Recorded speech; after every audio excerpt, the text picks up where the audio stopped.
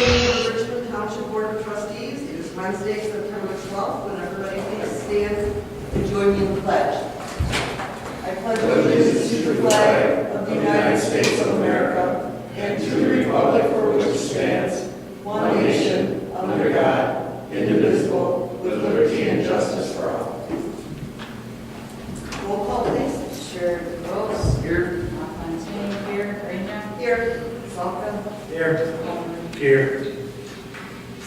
Okay, next item on the agenda is the presentation of agenda. There are going to be a couple of changes, but I just wanted to make sure that the audience realize we are using our new agenda format this time. The first time we call for public comment, which will be after this, will be on agenda items only. And then as we go further down, item number 15 is for general public comment. That will be for comment that is not necessarily on the agenda. So, a couple changes to the agenda. We will be removing item 12B, discussion of new lighting for meeting room. And we're going to replace that with an item given to us by Treasurer Zalka. We're going to just call that work week.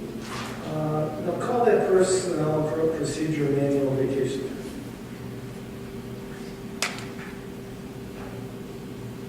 Personnel procedure. Procedure manual vacation. Time. Okay. And then item 12E is a new item. It's going to be a discussion on adjusting the building permit fees. Are there any other changes to the agenda? Hearing on the agenda will stand as amended. Okay, next item on the agenda is public comment on agenda items only.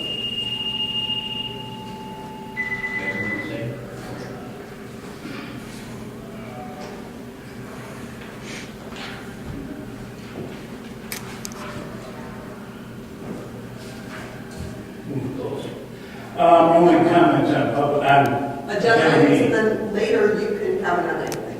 Well, I'd like to have a copy of what you guys have that's on the agenda, because this does not tell me anything. You know, it's like a headline, like, for instance,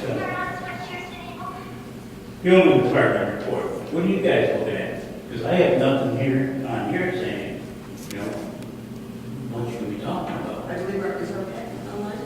Yes. You'll look at It's, if you're, everything that we get is online. not just this, it's a detailed report. It should follow in order with the agenda. Detailed though. It's our packet. Well, we'll see. Other thing, can I, this election coming up, November, can we get a copy of the results? Yeah, actually, we'll have to talk about that. And it's just going to take us a while to get used to it, but we'll have to talk about that on the other public comment, because that isn't anywhere on this agenda.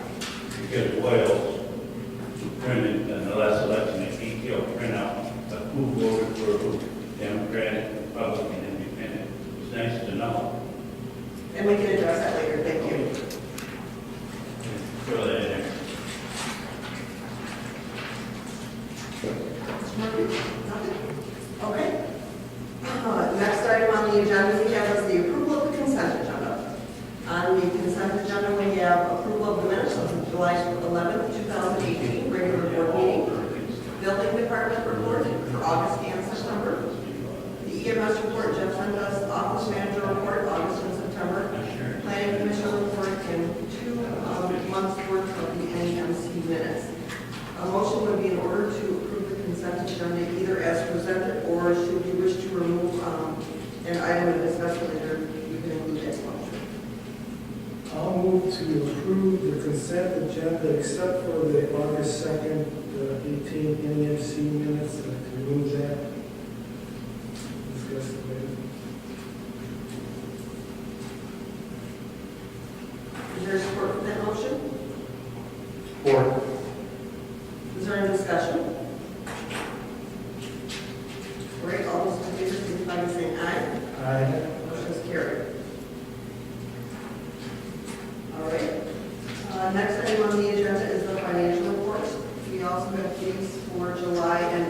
Does anyone have any questions for Kathy? I know there's a new format that she presented us with, so if you have any questions. I guess it probably should come under property, but the senior citizen repairs, have we got the insurance for that, or if It's all come under capital outlay. I paid it out under capital outlay and yes, we received a check. have we received it already? Yeah, Okay. minus the deductible. Then the Royal Heating, that had nothing to do with the damage, right? That was totally separate. That was an air conditioner. Right. Yes, there was an air conditioner repair that was separate from the Insurance. Correct. Yeah, from the water damage. That's correct. What's that? Any other questions for Kathy? You guys really look in detail. Like I say, I'm working with them weekly, and if there's something more you wanted addressed or addressed differently, I'll take it down to them and we'll hammer it out. Like, this is a big work in progress. The key will even change. They just kind of gave you a little bit of a start, because there's going to be things that come up that aren't anywhere, or we don't really come across it every year, you know? Okay. If there's no other questions, a motion would be in order to approve and pay the bills as presented. Move to approve and pay the bills as presented. Is there support? I'll support. All those in favor say aye. Aye. Motion's carried. Next item on the agenda is the treasurer's report for August and September. Top. Okay, the August report is as follows. In the general funds, fire fund, we have $687,283.20. In the tax account, in the August report, we had $227,143.71. The other PNC accounts, $45,002.45.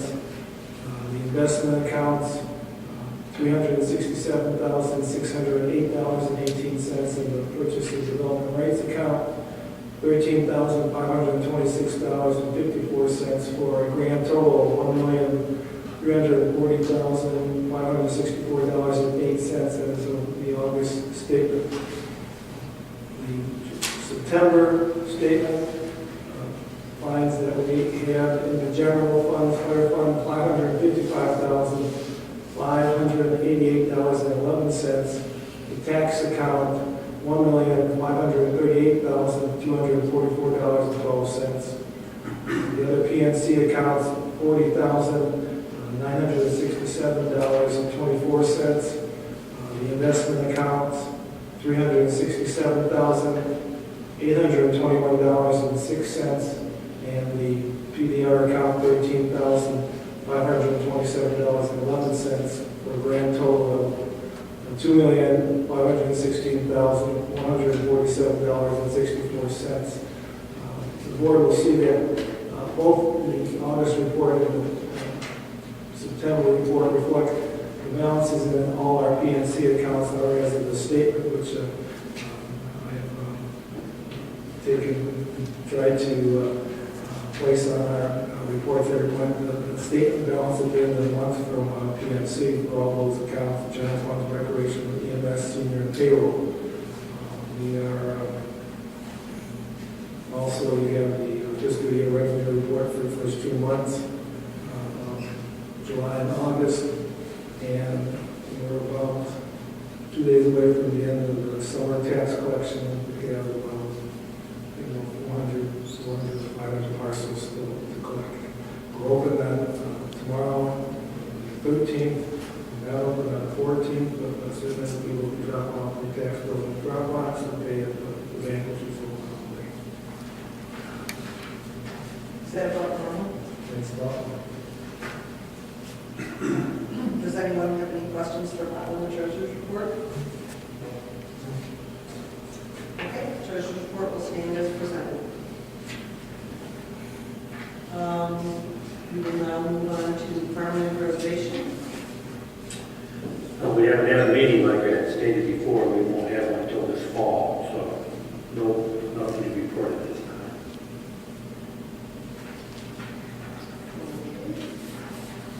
Building report? Yes, just a couple of items tonight that might be worth mentioning. And I guess I'm building reports as well as anywhere. I see you have the parking lot asphalt project out on the agenda as an action item, so we can cover that then. We did have a bid, as you'll recall, on landscaping, some landscaping work out here by the front doors. I had suggested to Supervisor Green that we put any of that off until spring. Really, there's just no reason to put in any new plants that probably would just be, that could be taken out by harsh winter. So I don't recommend moving forward at all on that. I had mentioned, I think to the board in an email, that we did get just one bid on the ADA door openers here for the buildings. Contractor is very busy. Both Jason Arlo, the architect, and I felt the bid was very, very high. We decided that the best option would be to rebid that and see if we got some more interest in the project the next time. So those bids are back out on Mitten, that's the state bidding site, and hopefully I would hope to have a bid recommendation for you in October meeting. One other item I'd like to mention, just because I got an update on it just the other day, was that the township had set aside community development block grant funds and put them in this minor home repair program. That you will call as the program where people that meets our seniors, disabled folks, people who meet a certain income guideline, what they call the low to moderate income guideline, or less,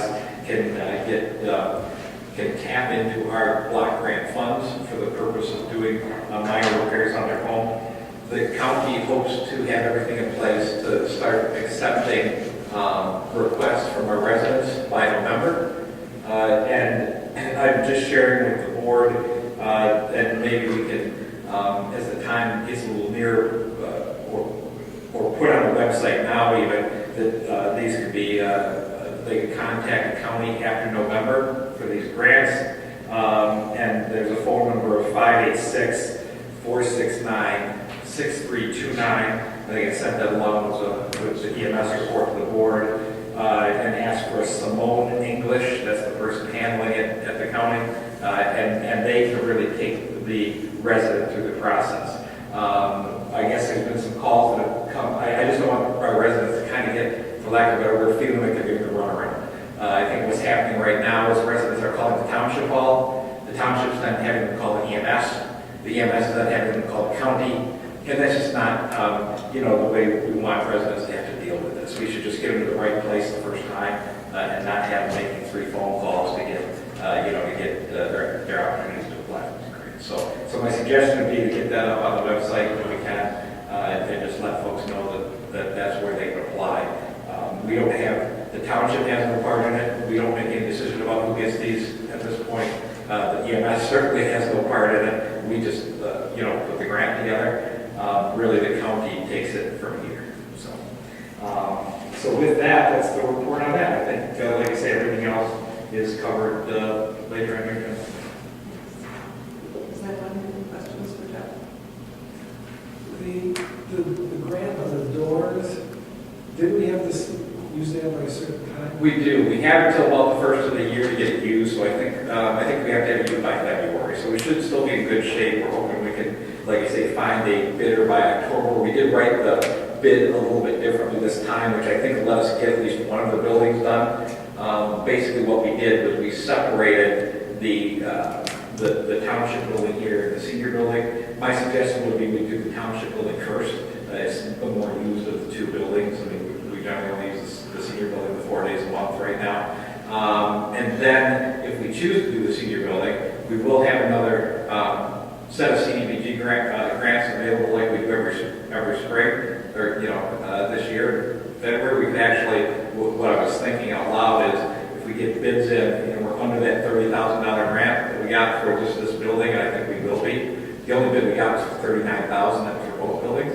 So if we're under $30,000 for just this building, we'll get this building, take care of the big building here, and then potentially look at our CDBG funds, that'll come up this next winter-ish when those grants are available to do the senior building. So that'd be my thought about getting to, how we can get both. If we get get, high numbers again. Like I say, right now, you're paying incredible amounts for every contractor that's out there, just because the economy is so good and these contractors are so busy. They really can charge a high dollar right now. All set, any other questions for Jeff?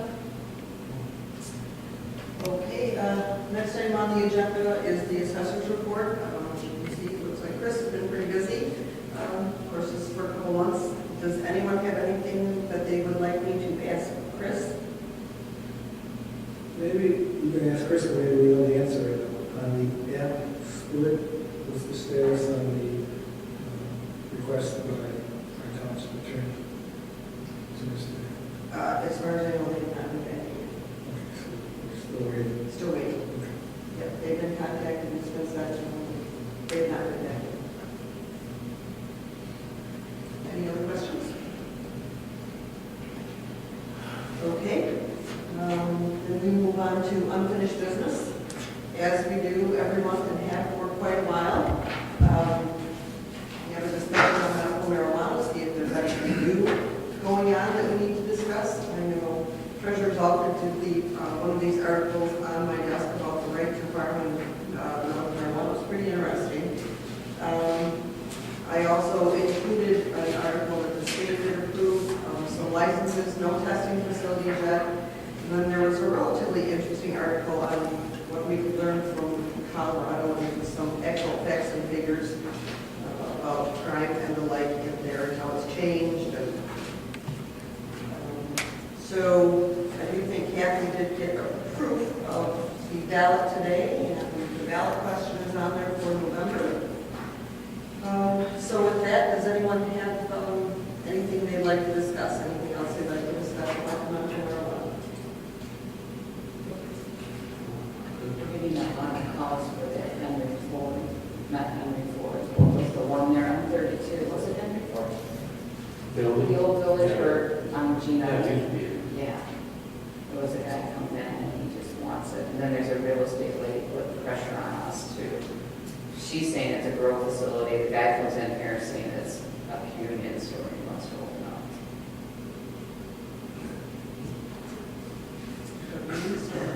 I just get it. So.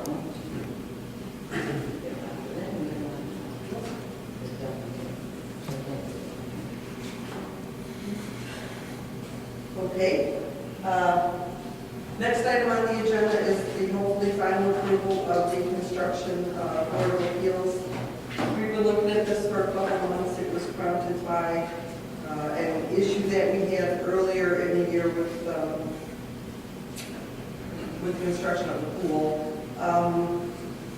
The board has reviewed this. I made the changes and forwarded that to the attorney.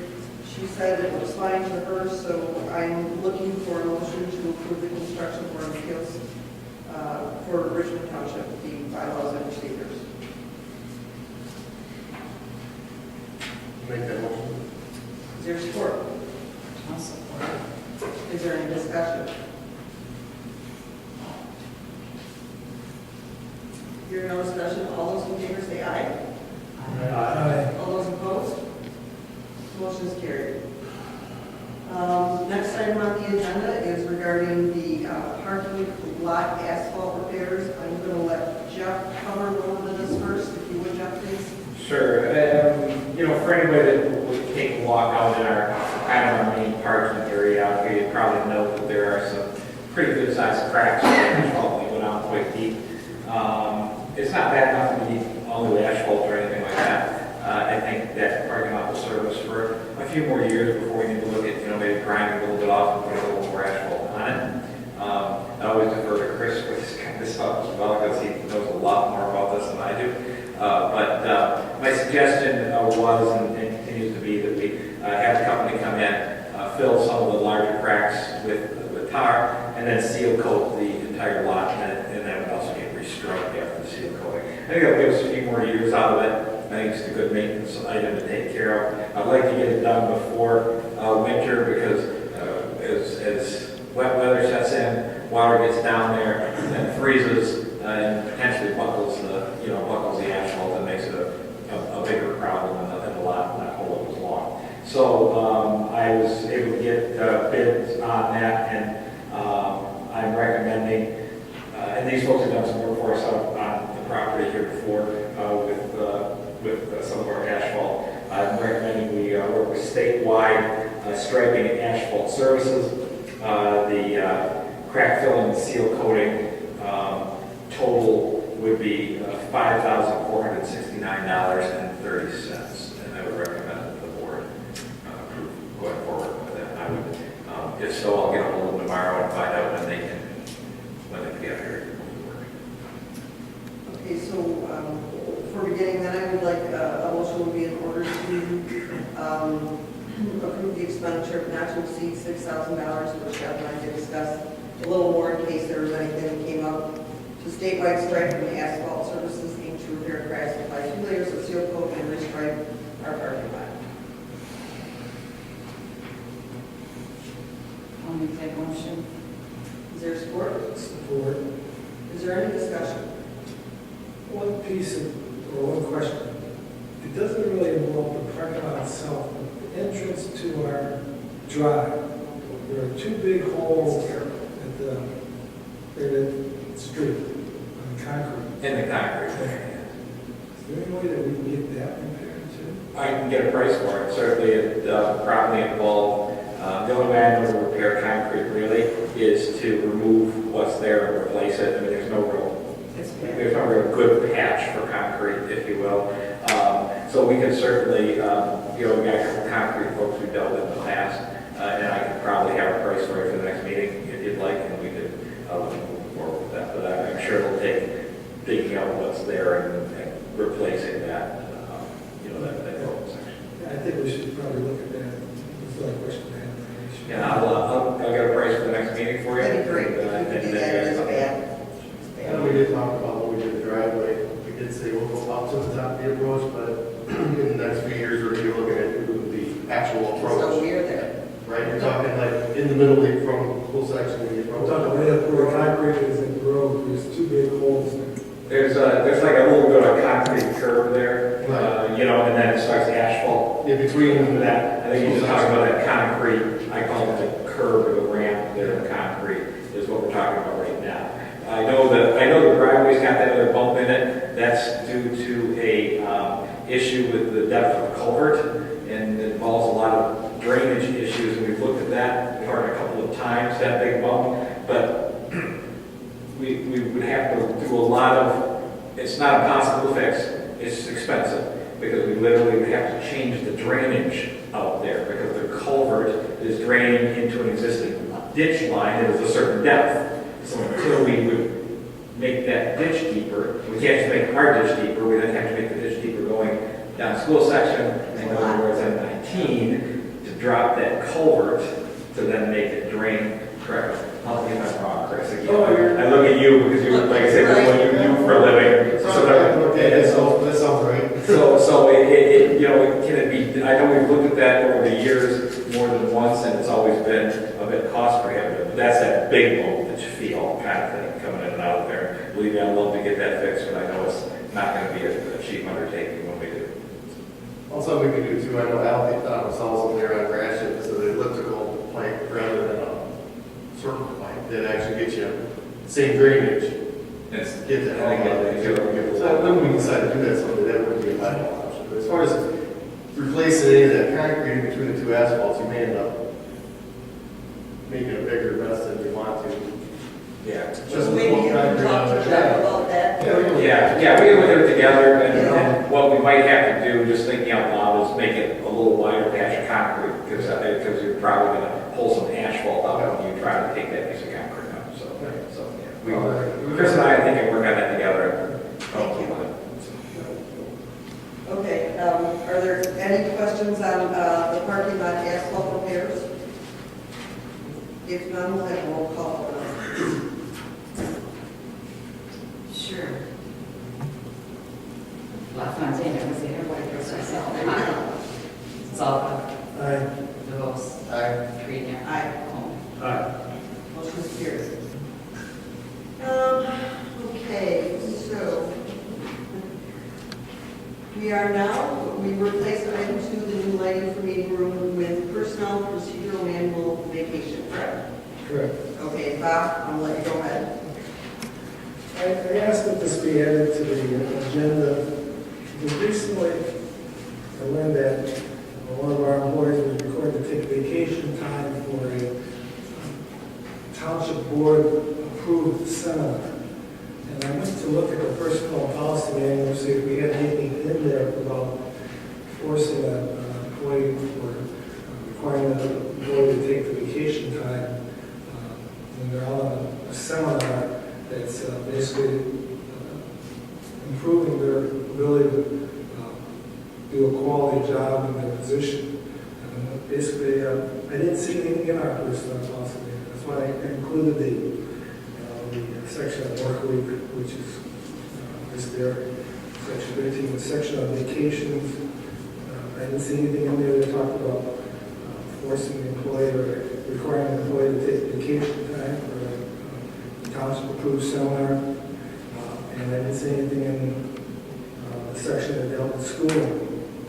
So I brought it to everybody's attention because I really think that in the situation we have here, where our deputy clerk was required to take vacation time on the certification for the deputy clerk academy that she's been going to, that we look at reimbursing or putting back in her bank that vacation time. I don't think it's fair that we would ask an employee to try to better themselves in the township's request and then ask them to take the vacation time. So that's why I brought it and put it on the board's attention for tonight to discuss. Sure. I guess I have a question about that, and I apologize. I was not aware Lori took vacation for those days. I wasn't aware of it So- recently. How did she move? Did she come to you with this? It doesn't matter how she. No, I just want to know. I'm asking, you're asking, I'm asking, how did, I mean, if I knew about this, I would have brought it up, but she didn't come to me. And I was under the understanding, I did not tell her she had to take vacation time. Me and the office manager were talking about it. You guys do not want the jobs crossing over. When she took on planning and zoning, deputy supervisor, deputy clerk, that was her choice. The job shouldn't cross over. She's a new employee in planning and zoning. Even though she has years here, she started a new position. I did not tell her she had, I mean, we just all assumed. Assume that she would take a vacation time for the seminar that we approved. This seminar was for deputy clerk. Something that benefits the clerk's position and the township, is that correct? The certification to become a certified deputy clerk. That's why we put it into the budget, so that we could get our deputy clerk to, or whoever's in that position, to become certified and approved by the MTA as a certified clerk, just like you are. And she's to take the time off of planning and zoning. I don't understand what that has to do with taking vacation time. Well, can someone else help me out there? Am I I think hanging out there with them? because on Mondays and Thursdays, Lori is required to be in the planning and zoning. And I think it was this is how I understood it. When Lori said that she would like to do that, the personnel committee was good with that. She was to be at her planning and zoning, not her deputy clerk, not her deputy supervisor jobs, on Monday and Thursday. So she was not performing a planning and zoning function when she was at a clerk's conference. That being said, I don't care if we pay her or not, but I think my feeling is that's where the confusion came from. It was made really clear when we discussed this. Lori was to be a planning and zoning person Monday and Thursday. She wasn't to be a clerk, she wasn't to be a supervisor, she wasn't to do elections, she wasn't to do my work packet. She was to only do planning and zoning. So that left, Tuesday, Wednesday, Friday. So the Tuesday and Wednesday, we requested her to go to the clerk's conference, and she was there as clerk. I don't know if she left Monday to go and she had to take a day, or if it was Thursday. I don't guess Thursday because I was thinking when they run. when she should have been in the township as the planning and zoning assistant. She was not here. I think that's where the confusion came from. I'm certain, for me, I would say anyways, I don't care if we don't, I can all reimburse her, I'm fine with that. And if we want to make that really clear, and make sure that language is very clear for an employee that may have more than one position, that if we ask them to go on any of their positions, we pay them no matter what. I'm fine with that. I just think that's where the confusion came from. Well, and I'm fine with that too. Okay, if we ask them to go on a seminar for the benefit of the township residents, the township boards, and themselves, and we basically pay them while they're at the seminar. And I'm absolutely fine with that, but I mean, I think, I understand this. you know, it felt like, oh my God, we're not going to pay her, but I think that was done out of, because like I said, there was concern when we hired her to do the planning and zoning, that it was going to be a lot, and certainly she can handle it, she's very capable. That is not a question at all. The question was, there had to be some separation between her job duties, or, you know, she didn't want to spend 2 hours in the morning planning and zoning, and then something came up with the supervisor stuff, and then maybe something, that was going to be too hard. You know, so I think that right, yeah, that we had to make it clear that her days were Monday and Thursday. That's what she worked on. And I know sometimes on her lunch hour, she will do stuff for me, but not while she is in the employ of the township as the planning and zoning administrator. Nor does she do clerk stuff. And everybody knows, Jan can tell you, Chris can tell you, when she deviates from those jobs. And honestly, you guys are kind of painting a picture of me being heavy-handed in this. It's not me that said, you have to do this. It was like from you. This is from you We guys. never said that. We're We're just wondering how that happened. So in other words, Lori took a vacation day. As the planning and So zoning. that she could get paid for that day, right? Right, Otherwise, she wouldn't have been paid. right. All we gotta do is just say, I don't mind paying her, and if you, all we gotta do is just reimburse her Right. for vacation day. yeah, and we should probably make a motion to that, and I'm all And for that's it. from last year. We're going. So we'll let pass John to adjourn. How to adjourn. Which I think we can, we haven't tied up the audience. But to be clear, she's getting paid planning and zoning $14 an hour to be away at conference on those days that she's going to be gone. Okay. That's not gonna happen now. No, and that's fine, and perhaps, is there any language you want? Well, the It's easiest all way added to to do that. this would be to credit her the vacation time this year that we did, that we required that she took last year. Just credit No, we don't need to do At that. the conference, but let me tell you something else about our deputy. She doesn't take vacations. Her conference was her only vacation, so I'll credit her, but it's up to her to. Yeah, would she rather get, she doesn't use her, I guess, I would like Did to she know cash in her vacation what she day? would like to do. We put a stop to that a while ago. They use it or lose it by the end. Oh, It used to, late used to carry over. Yeah, that's her business. So you're suggesting we credit her with 14 hours of vacation, correct? Just for the Is that what 1 you're year saying, that she or just just- started then. Yeah, for the last In March for that conference when she took conference, the vacation we days. credit her for the 2 vacation days that she was required to take because, we credit her this year for 2 more vacations. Okay, so how about, would someone make that motion and then we can? Yeah. Go ahead. I make a motion that we credit our clerk, deputy clerk, 2 vacation days for the 2 vacation days that she used last year for her conference that she had to attend. Is there support? Support.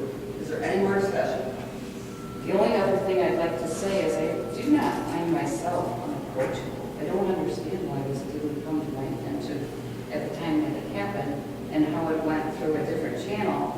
I don't get that. I never have got that because clearly what happens here goes to your neck of the woods. I never hear about it until at a meeting, and that's my deputy. Well, I can't answer that question.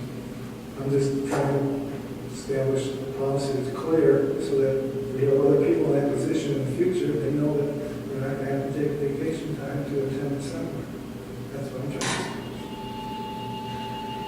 discussion?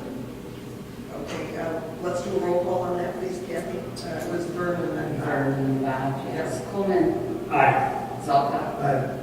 Greenham. Aye. Watson, Aye. DeVos. Aye. Okay, motion is carried. So now I guess, can you at all maybe look at some of that language and I did not read it right this second, but can we address that at all? Like if someone, if we have an employee that we're sort of, I'm sure there's a better way to say that, but we're sort of in the one department and they're required to go to a seminar for any of their departments, they will not have to use vacation time to cover. I mean, is there something we can do in there just to kind of, so this doesn't happen again? So it covers all departments. Right. So many people working all the time. Maybe if we can then bring it back and we'll, thank you very much. All set? Okay. Okay, next item on the agenda is a discussion of the township planner. We had Mr. Casson in earlier, and everyone had a chance to ask them their questions. So actually, I'm going to ask for someone to make a motion to open discussion on hiring a township planner, please. Move to open the discussion on hiring Steve Casson and his company as the township planner. Is there support? I'll support it. Okay, so Mr. Casson came in, before he came in this evening, the clerk, the deputy clerk, the planning commission chairman, and myself met with him. I think Mr. Casson is very capable. I know that the treasurer does have some concern with the contract not being looked at by Sharon. And I apologize for that. It was the same contract as we had with Jack and Jerry, so I know she looked at that. I really did not think that there would be a problem. I understand what you're saying with the hours. So I guess if we'll start with you, Chris, and if you just kind of want to let us know how you feel about them and the contract, and if they're in favor or not. Yeah, I am in favor of him. He seemed very personable. Seemed like his availability wasn't going to be a problem. I did read his background. He seems like he's got a lot of experience and he would do well here. As far as the contract goes, if it's the same contract we had before, how long is that? It's a year at a time, and if either side is going to stop the contract, to give a 30-day written notice, Okay. so that we can renew it annually. So I'm just trying to understand the Jack and Jerry contract. Is this coming in the middle or we ended that contract? No, starting I think that they were kind of in the middle of one of their contracts, and they did give us a letter that we do have, and it will end up being longer than 30 days, but they did say, I think Kathy did tell you, they're gonna, stay until They're going to we transition. Transition. I was gonna say, we're gonna be reviewing the contract probably sooner than later. If we got into it now, shortly after Jack and Jerry out of the picture, he's in the picture, it sounds like we'd be reviewing the contract. at that Well, but point. his contract is for a year starting from whenever we hire him. Okay.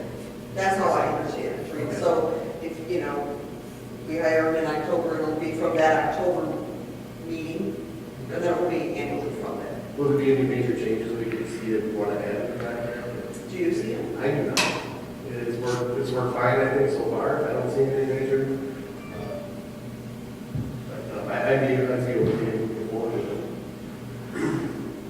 Okay. with the existing contract.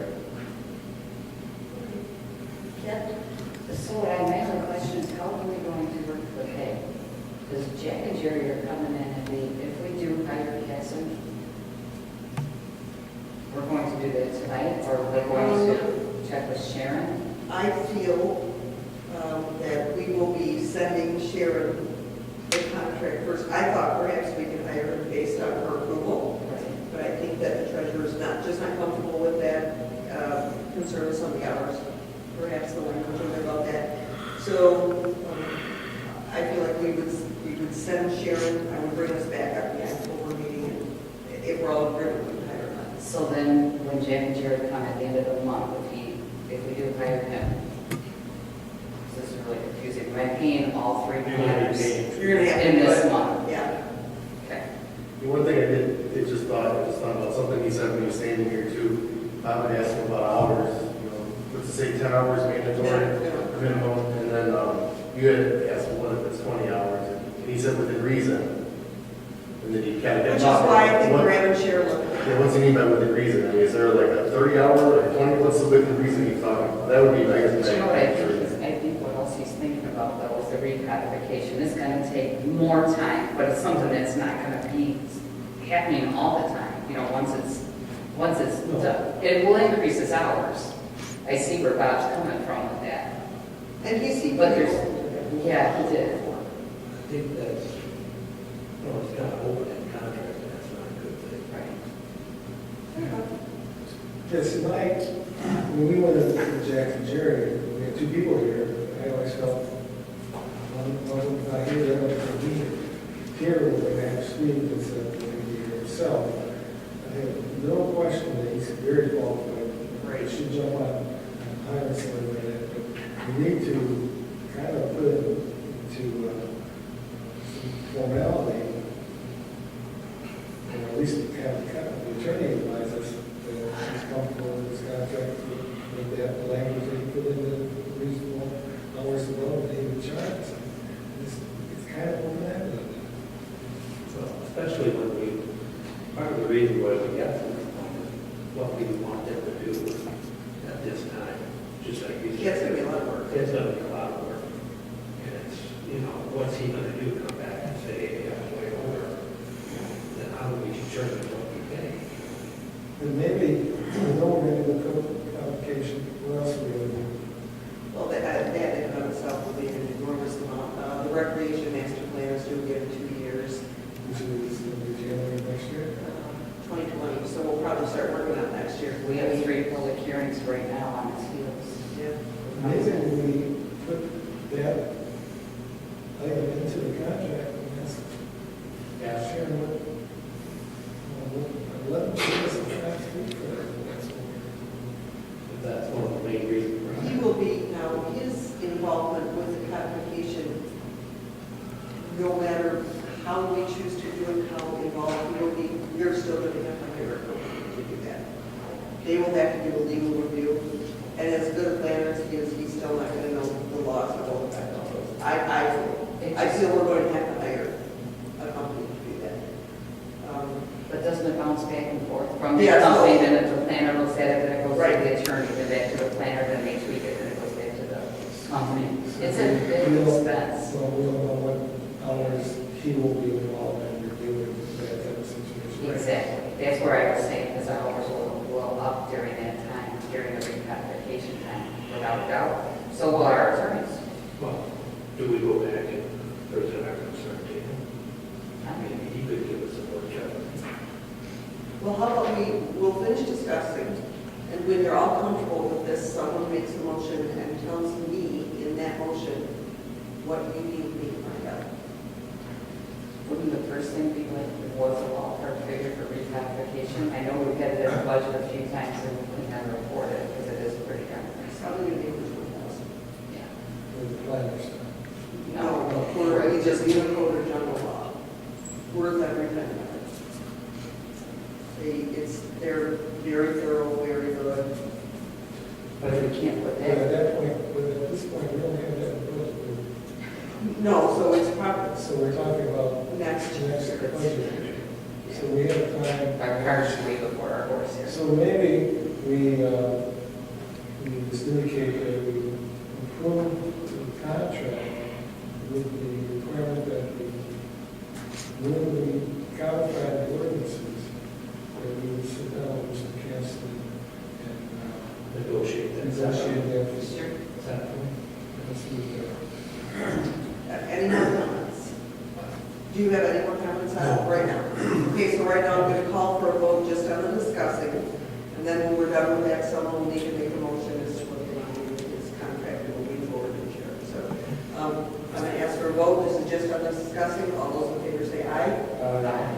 Okay, so now what I'm looking for is someone to make a motion to direct me what they'd like me to do with the contract and Sharon. I'll make the motion that with regards to the proposed agreement for planning consulting services from Castle Planning Group LLC, that we approve that proposed agreement subject to its review by our township attorney with the additional language that the code codification time that maybe Castle Planning Group will be required to perform will be negotiated separately at the time that we begin that process.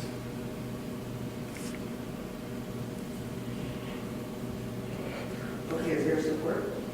I'll support it. Is there any discussion on that at all? Okay, so tomorrow I will be sending this to Sharon, and I will also call Mr. Gaston and let him know what it is. Hearing no more discussion, all those in favor say aye. Aye. Motion is carried. Okay. Next item on the agenda is the Emily FOIA discussion. And Bob, you requested this, so we'll let you. I requested it because one of the things that I do on the Township Treasurer is participate in the MTA, Michigan Township Association listserv. Quite frankly, that listserv that comes with issues that are coming before the township officials was pretty well bombarded for the last month with discussion about this Emily FOIA that went out to various townships, communities recently. So I thought that the rest of the board, well, the clerk, probably supervisor, are aware of what that FOIA was involving. I thought maybe Kathy, you could just explain what that FOIA was and what we were required to do under it, where we stand on it. Our FOIA is completed.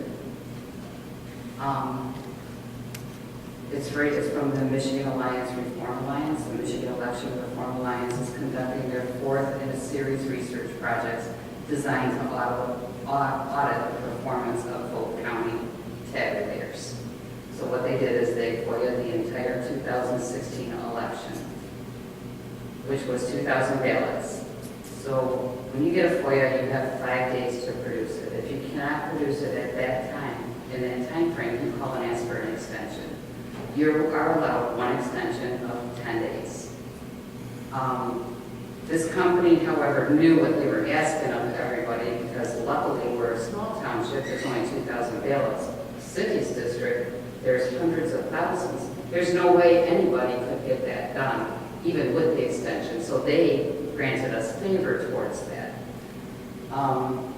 Lori does most of the FOIA. I help with it. I mean, I designate who helps with FOIA, what departments they fall under, correct? So that where our copier was not capable of copying the front and back side of that ballot. So we had to copy one side, take it out of the copier, put it down in the tray, and copy the reverse side. Until 10 and through it, it didn't come out right, the whole thing wasn't on there. And the trick is with anything with elections, only my hands and Lori's hands can be on it. So she was going on vacation, she wanted to get it done before she went. We did have time after though, if she came back. But I went ahead and whatever you want to do, we'll do. She wanted to get it done beforehand, so we did. I took it upon myself to get those copied on a high-speed copier that I had use of by myself. And we finished it. We let them know the amount of the FOIA, which was like $500 and some dollars, $557, and we had the receipt. We notified them of that, received the payment, and then we sent a FOIA. But during that 5 days, you always give them, if you're asking for an extension, a rough idea of what they're up against in case they say, forget it, it's too much money. We can't tell them exactly what Lori could ballpark it, that it'd be about $600. They were okay with that, and we went about it. But they don't offer up a whole lot of information as to what they're doing it for. I know that it's due to be destroyed when? November? Yeah, so they were under the gun to get that FOIA from everybody before legally we destroyed the ballots. They're working within their time. So part of the cost is made up of copying and also the labor.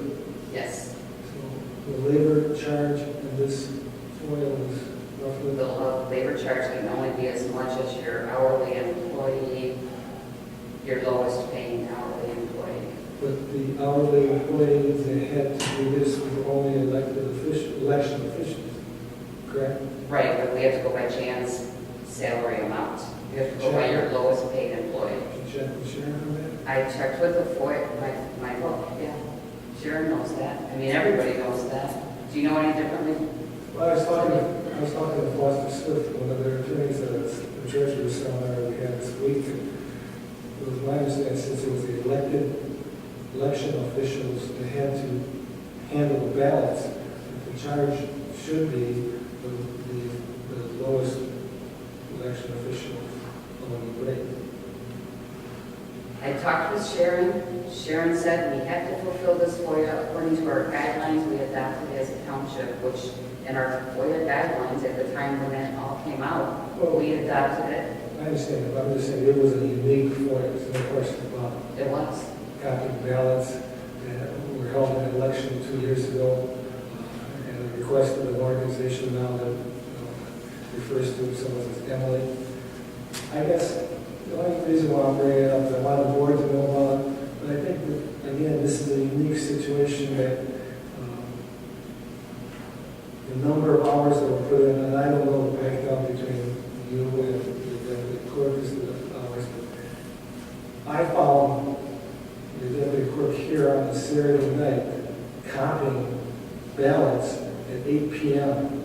And I think that if we're going to, on a unique situation like this, that if we get paid on this FOIA, I would certainly think that we should look at paying her for that type of work done on a Saturday night. She chose to work Saturday night. We had time to do it when she came back from vacation. She wanted to get it done before she left. And if she had left, who would have done it? Me. I was doing as much. I had all 2,000 ballots with me at a high-speed copier somewhere else. She was doing the envelopes and stuff. Well, that's the story. I guess we can. I mean, I can check into whatever you want me to check into, but My question is this, the 27, or how many labor hours were put on the bill to this Emily organization? had I known this, I could have brought more information with me. So my question is, how many hours were broken down between the deputy and how much between you? Maybe we can discuss this at the next meeting, once I know that. And I'll even find out from the attorney in the meantime, if we should pay somebody from a FOIA. I really don't think we can, but I'm not the attorney. I'd like to hear the answer too, because it's a unique FOIA. It's not the normal FOIA. This is a strange election request FOIA that I think is unique enough that I think we could authorize reimbursement to the employee that has to do it. That's only my opinion. That you want to. But we can't pass it on. We can't what? We can't pass it on to the assembly. But we bill. They have to pay. But she could do it on the bill a certain way. Okay. Right. Or he actually makes more money than what you could bill for. Well, that's my point. but Yeah. my And you point got my is- hours in there too. That's what I mean. That's- And I was there on a Sunday. I was There's there on no way, Saturday. I was there on there's no Sunday. way, there's no way we're gonna get the full reimbursement. No, we're never going to get the full No. reimbursement, but I believe, it's my opinion, that we could bill under this type of FOIA for the lowest election officials hourly rate. That's lower yet. But that was, I mean, that That's was. $9. Per election official rate? Our lowest election paid official is $9 an Well, I'm hour. talking about, Lori we're is, talking about, okay. She's not the lowest. Oh, we're talking about the inspectors. Yeah. So then in that case, we could have had an inspector in the account, right? you could have, if you could have gotten in here. Because it's such a unique situation, it's such a unique situation. It is odd. Yeah. It is an odd situation. It is one of those things that would be like. And it's also asking time- you for copies of all your decks. It's time sensitive. Oh my God. So I'm gonna call these girls that, No, it was just such a unique situation. And I just feel that, It's certainly one we hope we never see again. I did the best I could with the job that was put before me within my department. I thought I handled it pretty well. I didn't think I shortchanged anybody. I think I dug in with Lori as much as she did. Kathy, I'm not talking about your. No, I'm just saying in general, I think that whole FOIA was operated pretty cleanly, pretty fairly, quickly, and we did it to the best of our ability.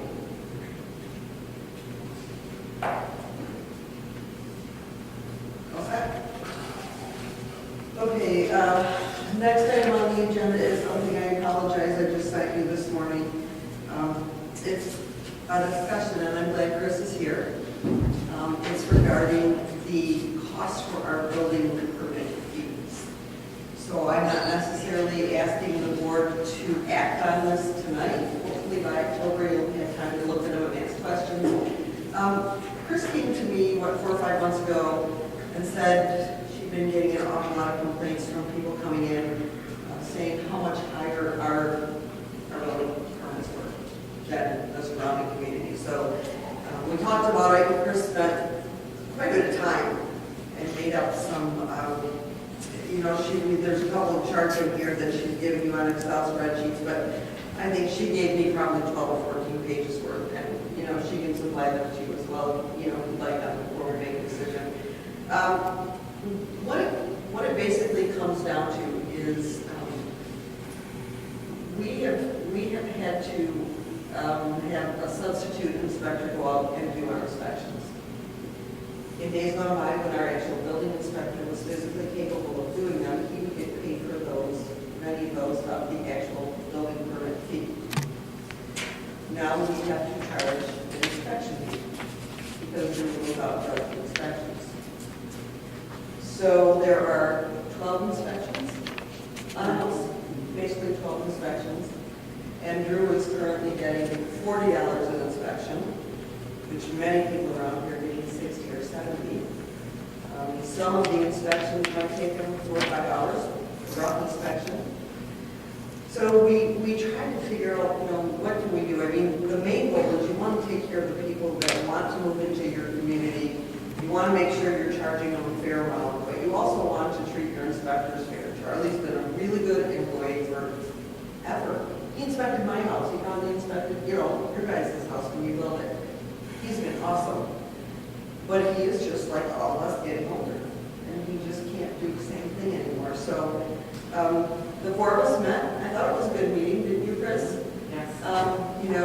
We made some pretty good changes. We lowered some administrative fees on some smaller items, like a whole bar, a pool, stuff like that. And I think the biggest change that I feel we made was Charlie did come down on his per square foot plan review fee and the actual permit.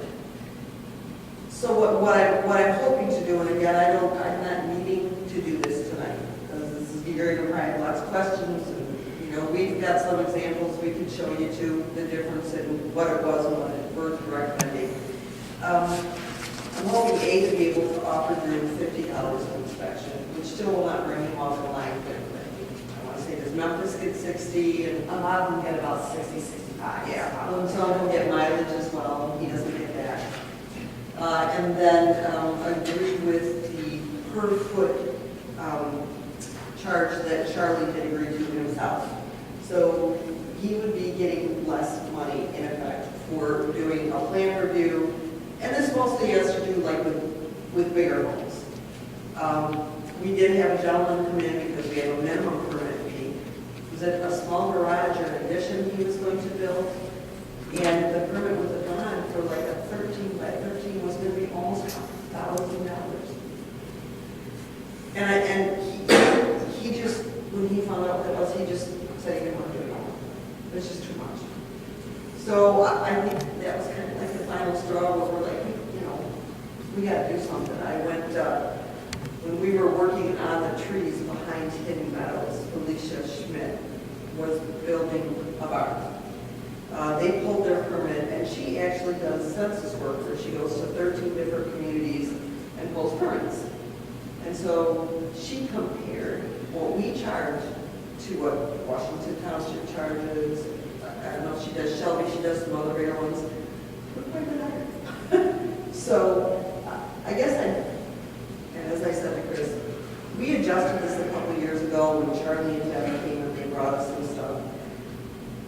And I'll admit, I didn't look nearly as deep as I have this time. I do feel like we have to adjust it.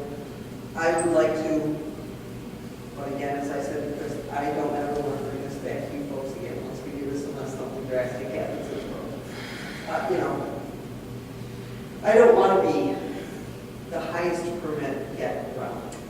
You know, we don't have to be the lowest, but I don't want people to not want to go here because it costs them $3,500 for a permit for their house. I mean, Vern, without numbers, you just went through this whole thing and they had to get all the permits and everything, you know? And you're already spending enough money on your home, it would probably be nice if you were spending as much as your permit. So, I guess I just, for tonight, wanted to bring it to your attention. And if any of you have questions, if you want to call me or email me, and if you need more information. And then next month on the agenda, I'd like to be able to hopefully take some action. I just have one question. Do we know if this is going to lower the cost of the people that are submitting permits? Or yet, is that? Yeah, that's the goal. And Yes. and it's also going to lower the amount that we're paying to Charlie, but Yes. increase the amount we're paying to Drew. Yes, the way we've done it, yes. It will do all three things. And Charlie was here. He knows what's going to happen. I wasn't going to do it without him being here. We know we got into the situation with Drew with the expectation that at some point in time after he got certified, we would He's almost there. Okay, so He we're- cannot do plan review yet, but do you know how much longer, Chris? He has to take his classes for planning review. I think only a couple hours, but everything But else. is he all- done with everything He's else? done with everything else. So Yes. he is a licensed building inspector now? I believe so. Okay. But he cannot do plan review. Only has a couple hours. we're almost there. So we're almost at the point where we're going to make that decision. So maybe we can keep that topic on the agenda. Yeah, I think Under old business. Okay, so anyways, that's it. Like I said, I don't need a decision tonight. I want to thank Chris. She's been very mindful of listening to people come in and complaining. And I know that it hasn't been fun, and I know you put a lot of work into this, and I want to thank you. So that will be on the agenda next month. Okay, I think, Bob, you wanted to talk about the AMC minutes, correct? Yeah, the only question I had at AMC minutes, maybe Chris, you can answer this. In the August 2nd meeting, there was discussion about some issues about franchise fees. And we weren't at that meeting. I hope those minutes, I hope to pull them off and I'll see it. The August 2nd meeting, it says items for discussion, and it talks about old businesses. Wayne asked Joe if she talked to the attorney about franchise agreements. The attorney was confused about the difference between franchise fees and subscriber fees. Side agreement between communities, they become null and void. We're trying to contact the limited attorney who has helped us in fact, we really lose franchise fees. So I'm trying to find out where that is at and then how we can issue of franchise fees. I don't recall any recent issues, because I said I've been in the last two meetings, really no major developments there. I know we were talking about franchise fees possibly going up, but as far as the difference between subscriber fees and franchise fees, I'm not sure what they're referring to. Maybe we can, at the next meeting, just bring back some of the information as to where they're at. As part of the, we get part of the franchise fee in our contract, so it's something that's built into our budget, I think. Right. I'd have to find out what's, Yeah, I'll see what I can get it for you, see what you're talking about. that was the only issue I had. Okay. So, do you have any questions? No, we're good. Next item on the agenda is the items for next agenda, so I'm going to put franchise fees on there. I'm going to put discussion of building inspector on there. Anything else? This doesn't go on the agenda. able to have the election commission meeting before the next meeting at 7. Yeah, we can do that. That's kind of about the agenda. Anyone else have anything they need to get on that agenda? Maybe put the ADA ADA, door openers on there, hopefully we'll have a bid we can award. and maybe the, no, the asphalt or the, Oh, then there's like, I think Chris and I can probably meet the next meeting. He's pretty available. We'll get out there, we'll look at it, we'll get somebody in here to bid. So, yeah, thanks. and if you do great, if not, it was not going to be out. So, okay. Next item on the agenda, under the new agenda, is call to the board, and this is where any of the board, if you have concerns, this is where you share. Bert, we'll start with you. Bob? Nope, I'm all set. Yeah? Chris? No, these are just talking a little bit about building inspectors and stuff. Is there anything that says that they should be available Monday through Friday regardless of township office business hours? Like on a Wednesday or Friday, if a homeowner resident needs to contact the building inspector, they call here, they just get the answering machine. But if it's something that they need that day because maybe they have construction going on, can we put their number on the? I'm going to ask Chris how that works. Well, we don't give out Charlie's number. Right. For one thing, we don't do that. When they call in for an inspection, it's 24, 48 hours before the inspector can get out there. I mean, that's what their time is, it's 24, 40 hours. I mean, that one with the poles and stuff like that, I mean, That was an they error. should have called the day before. I'm sure they knew what poles were out coming. Actually, it was an error in Charlie's review, but the wrong pole size, and the guy's actually up and left for the day by the time. The homeowner knew, or his father actually knows Charlie, got a hold of him a different route. Said, oh yeah, I made a mistake, but it's too late, lost a day. And it was just, if they were accessible. It was an oversight, I think, even Right. from the builder, because when they picked up that permit a couple of weeks ago, it had it on there, they should have questioned it then. I mean, I don't know. I didn't know. Yeah. This is a follow-up on this question. So if the call comes in on Friday morning for an inspection, and we're closed, nobody receives that call until Monday morning? And when they come into the office for the to pull up the answering machine? To be perfectly honest with you, sometimes I check the answer machine on Fridays, sometimes I don't. I have never once got a call on a Friday saying, hey, we need someone to come out. And even if they did come out, I mean, the inspector is not going to come out that day. Yes, Drew does come out that day because that's just how Drew works. But generally, they get a call on Friday, they usually don't come out till like the next day or the next day. It's just how it is because their day is pretty much planned. No, I'm just trying to see if we're serving the residents on Friday when they call. They should call on Thursday then and say, hey, I need an inspection on Friday. They know what's happening. They know, you know what I'm saying? They know what's going on in that project. And I always tell them they pick up the permit. You know, if you're going to need an inspection on Friday, call Thursday. You know, same thing. We're closed on Wednesdays and Fridays. Adjust for that. That's no problem. So it's right on the permit. Pardon me? It's right on the permit then that they shouldn't call Fridays. Well, I tell them.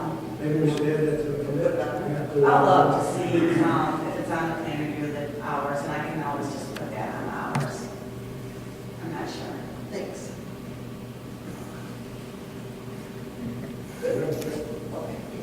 Okay, so now we have general public comment. If you'd like to get up, you can highlight your face. Yeah, it's both of it. Oh, Father. Thanks.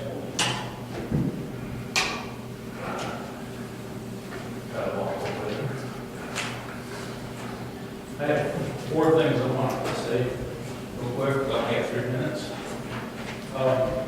You're approving the minutes of July 11th, and I was reading it, and part of that was your salary, that you paid for your salaries.